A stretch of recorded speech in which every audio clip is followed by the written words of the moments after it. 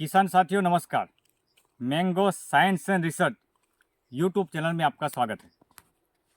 किसान साथियों, हम आज बहुत इम्पोर्टेंट टॉपिक की बात करने वाले हैं।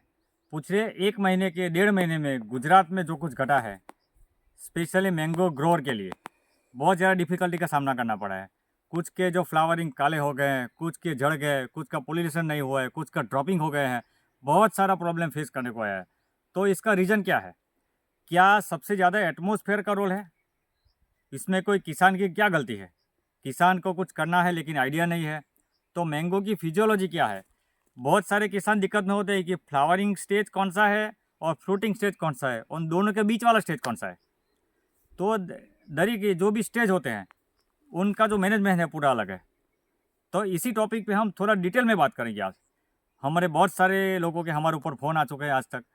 तो अभी इसके बारे में हम लोग थोड़ा टाइम मिला है तो हम उसको जो गलती है उसको उजागर करेंगे। इसी गुजरात के बीच हमारा बहुत सारे कंसल्टिंग फार्म हैं, उनमें किसी भी तरह का कोई प्रॉब्लम नहीं है। सौराष्ट्र में भी है, भरूच में भी है, बड़ौदा में भी है, काफ़ी सारे डिस्ट्रिक्ट में फार्म है, लेकिन किसी भी फार्म में कोई प्रॉब्लम नहीं है। तो क्या हमारी कुछ इसमें गलती है? हम बार बार एटमॉस्फेयर की गलती निकालते रहेंगे तो हम मैंगो की फार्मिंग कैसे करेंगे? तो इसी के बारे में हम समझेंगे कि मैंगो आखिर चाहता क्या है। और ये एटमॉस्फेयर का जो मामला है उसे हम अकेले नहीं निपट सकते। तो उसके अकॉर्डिंग हमें अपनी कुछ प्रैक्टिस चेंज करना है। तो कौन सी प्रैक्टिस चेंज करना है उसके बारे में हम डिटेल में देखेंगे। तो ये हमारा वीडियो आप एंड तक देखिए तो आपको पूरा आइडिया आ जाएगा। सबसे पहले शुरुआत करते हैं मानसून से। तो मानसून जैसे ख़त्म होता है वैसे ही लोग कल्टीवेशन करते हैं और मैंगो को डोरमेंसी में जाने के लिए मजबूर करते हैं। चलो भाई हम कल्टीवेशन कर देते हैं, उसका रूट सिस्टम कोलैप्स हो जाती है आपकी। उस टाइम किसान एक फर्टिलाइज़र देते हैं जिसको बोलते हैं फास्फोरिक फर्टिलाइज़र, यानी कि 12-32-16 देते हैं, कुछ डीएपी देते हैं, कुछ 10-26-26 देते हैं। फास्फोरस की जो ज़रूरत होती है वो फ्रूट सेटिंग के टाइम बहुत ज़्यादा ज़रूरत होती है। तो उसी को ध्यान में रखते हुए 1 महीने पहले, क्योंकि फास्फोरस की अवेलेबिलिटी हमको 45 दिन के बाद मिलती है, कभी कभी 60 दिन के बाद मिलती है, तो वो उस टाइम किसान लोग दे देते हैं। तो उसमें कुछ गलती करते हैं, तो वो गलती क्या है वो देखेंगे आज। सबसे पहले देखेंगे फ्लावरिंग और फ्रूटिंग के बीच का स्टेज कौन सा है। सबसे पहले आपने पीजीआर एप्लीकेशन कर दिया, उसके बाद आपने डोरमेंसी को प्रमोट किया। अगर मैंगो हमारा डोरमेंसी में नहीं जा रहा है तो हम वो अगर सो नहीं रहा है, जैसे उनके ये हरे हरे पत्ते आ रहे हैं, तो आपका फ्लावरिंग नहीं आएगा, ये कंफर्म है। मैंगो प्लांट ग्रो नहीं करना चाहिए, कंट्रोल मात्रा में उसका ग्रोथ चाहिए, उसके बाद वो आराम करना चाहिए, उसका ग्रोथ रुकनी चाहिए, जिसको बोलते हैं स्टॉप, ग्रोइंग स्टॉप होना चाहिए। तो सबसे पहले ये जानना है। उसके लिए हम पीजीआर एप्लीकेशन करते हैं, उसका पैक्लोबुट्राजोल टेक्निकल उसका नाम है। अल्ट्रा हाई डेंसिटी फार्मिंग हम लोग अक्सर करते हैं क्योंकि ये हमारा फार्मिंग है। उसके बाद वो डोरमेंसी पीरियड, जब आप कल्टीवेशन करते हो उसके रूट सिस्टम फीडिंग रूट को तोड़ देते हो, तो मैंगो अपने आप जो एनर्जी है उसको अपने आप स्टोरेज कर लेता है और वो सो जाता है। और डोरमेंसी बहुत ज़्यादा इंपॉर्टेंट है, वो कम से कम 45 डेज तक मैंगो का प्लांट डोरमेंसी में रहना चाहिए। जब डोरमेंसी रहती है और एटमॉस्फेयर का टेम्परेचर 16-13 डिग्री के आसपास पहुंचता है, तो मैंगो की जो टर्मिनल एंड है, ये जिसको बोलते हैं, इसको टर्मिनल एंड बोलते हैं, लास्ट वाली सीट को। तो टर्मिनल एंड पे एक स्ट्रेस डेवलपमेंट होता है जिसको एबायोटिक स्ट्रेस बोला जाता है, क्योंकि टेम्परेचर बहुत ज़्यादा डाउन हो रहा है हमारा। उस टाइम ये फ्लावरिंग को प्रमोट करता है। जब फ्लावरिंग प्रमोट होता है उसी डेट को आप नोट कीजिए। और आपका जब 70% फ्लावर आ जाता है पूरे, तो कुछ छोटा है, कोई बड़ा होगा, कोई लंबा होगा, तो उस टाइम सभी फ्लावरिंग आपको निकल चुके होंगे। उसके बाद का जो स्टेज है आपका, वहाँ रोल ख़त्म हो जाता है, यहाँ पे पानी का कोई रिक्वायरमेंट नहीं। उसके बाद जब पेनिकल निकल आती है, उसके बाद फ्लावर ओपन हो जाते हैं, उस टाइम फ्रूट सेटिंग होना स्टार्ट होता है। कुछ आपको विजिबली दिखते हैं, कुछ आपको नहीं दिखते हैं, क्योंकि मैंगो में अक्सर क्रॉस पोलिनेशन होता है। तो अगर पोलिनेशन होता है और ये 1 mm 2 mm के फ्लावरिंग के अंदर दाने बनते हैं, जो हरे से लाइट ग्रीन कलर के भी होते हैं, उसके बाद डार्क ग्रीन कलर के होते हैं, जैसे मूंग के जैसे दाने भी होते हैं। तो ये जब दाने बनने की शुरुआत होती है ना, उस टाइम मैंगो को मॉइस्चर की ज़रूरत है, क्योंकि उस टाइम आपको फ्रूट को होल्ड रखना है, फ्रूट को ये करना। उस टाइम बोरॉन की अवेलेबिलिटी 40% से ज़्यादा है। पूरे साल में जो बोरॉन देते हैं, 40% बोरॉन सिर्फ और सिर्फ आपको फ्लावरिंग टाइम की ज़रूरत है। तो आपको 2 स्प्रे आपको बोरॉन का भी लेना है और फास्फोरस आपको देना है। अभी जो फास्फोरस आपने दिया है ना, उसकी ये लॉजिक आप समझो कि डीएपी के अंदर 2 टाइप्स के फास्फोरस होते हैं। पिछले ज़मीन में 3 टाइप्स के होते हैं। एक P2O5 सिंगल माइनस, और होता है जिसको वाटर सॉल्युबल फास्फोरस बोलते हैं, PO4 डबल माइनस जिसको साइट्रिक सॉल्युबल फास्फोरस बोलते हैं।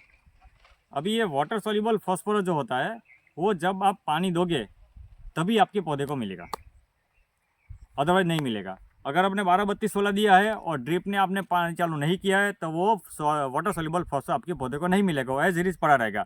अगर आपकी सॉइल में कैल्शियम ज़्यादा है, हाई पीएच का सॉइल है, वो सॉइल कैल्शियम फॉस्फाइड में कन्वर्ट हो जाएगा। वो लो पीएच में भी रिएक्शन करता है। तो आपने जो फास्फोरस दिया है, लेकिन आपकी जो फ्रूट सेटिंग करते हैं वो काम आपको नहीं आया, क्योंकि आपका फ्रूट सेटिंग स्टार्ट हुआ है दिसंबर के अंदर और आपने उस टाइम पानी नहीं दिया। आपको पानी कंट्रोल मात्रा में चालू करना है, तो फास्फोरस की अवेलेबिलिटी बढ़ेगी। उसके बाद साइट्रिक सॉल्युबल फास्फोरस, जो आप पानी दोगे तो जितने भी पत्ते पड़े हैं उसमें से कार्बोनिक एसिड रिलीज होगा। उसके बाद जो साइट्रिक एसिड है, जो वीक एसिड जिसको बोलते हैं, स्ट्रॉन्ग एसिड नहीं, वीक एसिड से भी वो फास्फोरस अवेलेबल हो जाता है। तो डीएपी के अंदर दोनों टाइप के फास्फोरस अवेलेबल रहा। और जितने भी एनपीके फर्टिलाइजर है उसमें जो फास्फोरस जो होता है उसमें कौन सा फास्फोरस कितना परसेंट में अवेलेबल है, ये भी किसान को जानना जरूरी है।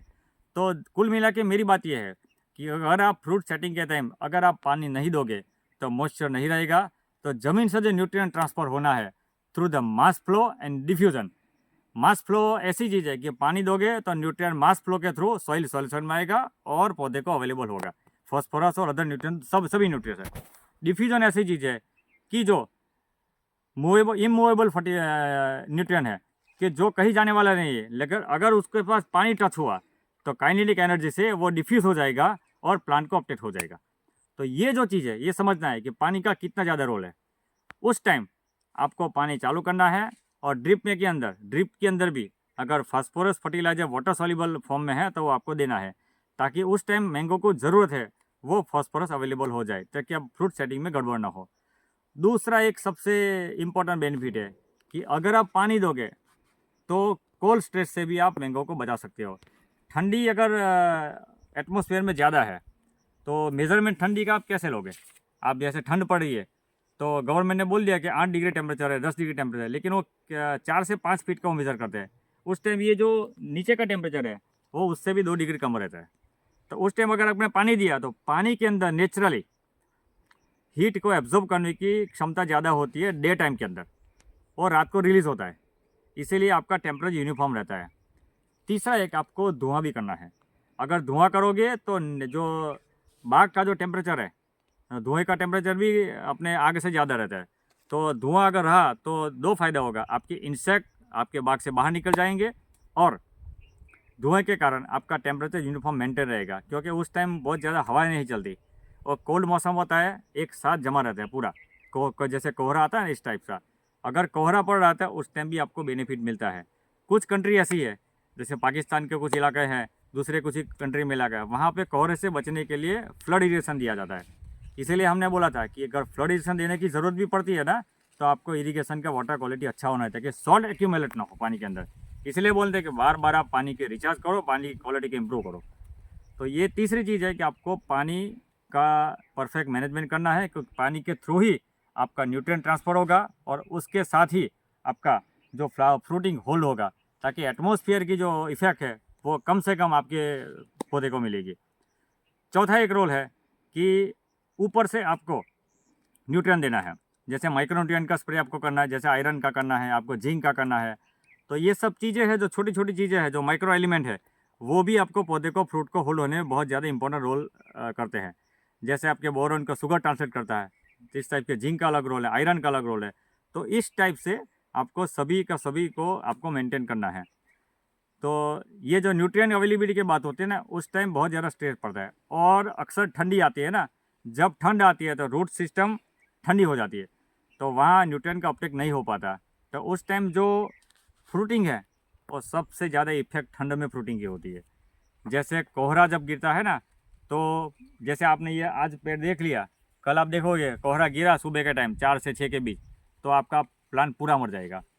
10-10 फीट के प्लांट मर जाते हैं कोहरे की वजह से। तो ये क्या चीज़ है कि मैंगो बहुत ज़्यादा ठंड को विस्टैंड नहीं कर सकता। तो अगर ठंड अगर गिर रही है 5 डिग्री नहीं हो रहा है, 4 डिग्री नहीं हो रहा है, लेकिन 12, 13, 10 डिग्री होता है, तो उसका जो फ्रूट सेटिंग है ना वो सबसे पहले गिर जाएगा। ताकि जो स्ट्रेस जब मैंगो को पड़ेगा ना, सबसे पहले उनके फ्रूट को गिरेगा, क्योंकि फ्रूट का लोड सबसे ज़्यादा रहता है। तो ये भी समझो कि कोल्ड से अगर बचाना है तो आपको पानी भी जो है न्यूट्रिएंट होना ट्रांसफ़र करना ही है। तो बारी बारी घूम फिर के एक ही बात आती है कि न्यूट्रिएंट आपका मैनेजमेंट कैसा है, पानी का मैनेजमेंट कैसा है, इसके ऊपर आपका फ्रूट होल्डिंग की बहुत ज़्यादा इंपॉर्टेंट है। दूसरा चीज़ है आपको इंसेक्ट से बचाना। मैंगो हॉपर्स उस टाइम एक्टिव हो जाते हैं, जैसे एटमॉस्फेयर में चेंजेस होता है रात का और दिन का टेम्परेचर में, तो पाउडरी मिलियों का भी डर रहता है। आपको अपने मोबाइल के अंदर एक एप्लीकेशन डाउनलोड करना है और वहाँ से अपना लोकेशन सेट करके टेम्परेचर का मॉनिटरिंग करना है। किस टाइम आपका टेम्परेचर लो जाता है, किस टाइम दिन का हाई रहता है, उस टाइम पाउडर मिलियो आती है, उसको भी आप एनालाइज कर सकते हो। तो ये भी आपको नोट करना है। हम अपने कंसल्टिंग फर्म ये सब नोट करवाते हैं कि भाई आपको पाउडर मिलियो आने की देखना नहीं है, आने का वेट नहीं करना है, आपको एक्शन लेना है। तो ये टेम्परेचर का बहुत ज़्यादा रोल है। आप समझो ये पानी का रोल है, न्यूट्रिएंट का रोल है, इंसेक्ट का रोल है, फंगस का रोल है और आपके सामने क्रिटिकल टेम्परेचर का रोल है। तो इसी टेम्परेचर के अंदर आपको हर दूसरे दिन आपको मेजरमेंट लेना है, चेक करना है, फ्लावर की कंडीशन देखना है और उससे बचना है। जैसे हम लोग ठंड पड़ते हैं तो ज़रूरी नहीं है कि हम जैकेट पहने।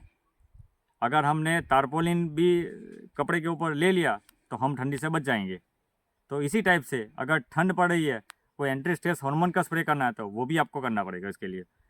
तो ये सब चीज़ें आपको ज़रूरी है। जब फ्लावरिंग से फ्रूट सेटिंग होता है ना, उस टाइम ये बहुत क्रिटिकल टाइम होता है। यही टाइम होता है जहाँ पे आपको फ्रूट को होल्ड रखना है। उसका जो फ्रूट सेटिंग रेशियो है उसके अकॉर्डिंगली आपका फ्रूट को होल्ड रखना है। चौथा चीज़ है पोलिनेशन, सॉरी 5वां चीज़ पोलिनेशन। पोलिनेशन अगर सही तरह से नहीं होता है, जैसे पोलिनेशन मैंगो में अक्सर क्रॉस पोलिनेशन से फ्रूट बनता है मैक्सिममली। तो क्रॉस पोलिनेशन के लिए इंसेक्ट की आवश्यकता है, हाउस फ्लाई की आवश्यकता है, मधुमक्खी की आवश्यकता है, हनी बी की आवश्यकता। तो ये सब चीज़ें उस टाइम आपको ऐसा कोई भी स्प्रे नहीं लेना है जो आपके इंसेक्ट को ख़त्म कर दे। ये आपको वेट करना है। तो देसी जो नुस्खे हैं, जैसे धुआं करना है, टेम्परेचर को चेक करके एटमॉस्फेयर को मेंटेन करना है, वो चीज़ आप करते रहोगे तो इंसेक्ट का आपको प्रकोप नहीं रहेगा। और जितने भी फंगस आती है ना, वो एटमॉस्फेयर से या एयरबोर्न फंगस है। अभी हमारे दोनों के बीच भी एक फंगस है, सॉइल में भी फंगस है, लेकिन एक्टिव नहीं, इनएक्टिव फंगस है। और एक्टिव अगर उसका फेवरेबल एटमॉस्फेयर होगा तो एक्टिव हो जाएगी।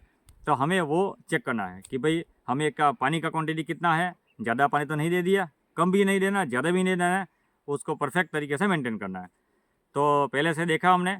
दूसरा चीज़ है कि फ्लावरिंग टाइम जब आपका फ्लावरिंग प्रमोट हो जाता है तो आपका रोल ख़त्म हो गया, स्ट्रेस वाला रोल ख़त्म हो गया। फ्लावरिंग जैसे आपका निकल गया तो अभी वो पोलिनेशन के स्टेज में आ गया, ओपन फ्लावर हो गया।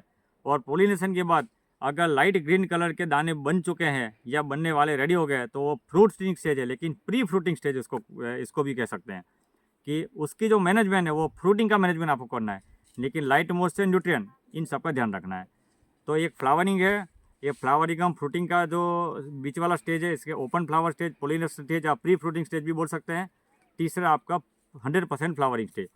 अगर फ्लावरिंग में से फ्रूटिंग सेट हो गया तो आपके चने के जैसे दाने यानी 5 mm से 7 mm की आपकी जो मैंगो होगी, धीरे 10-15 mm की होगी।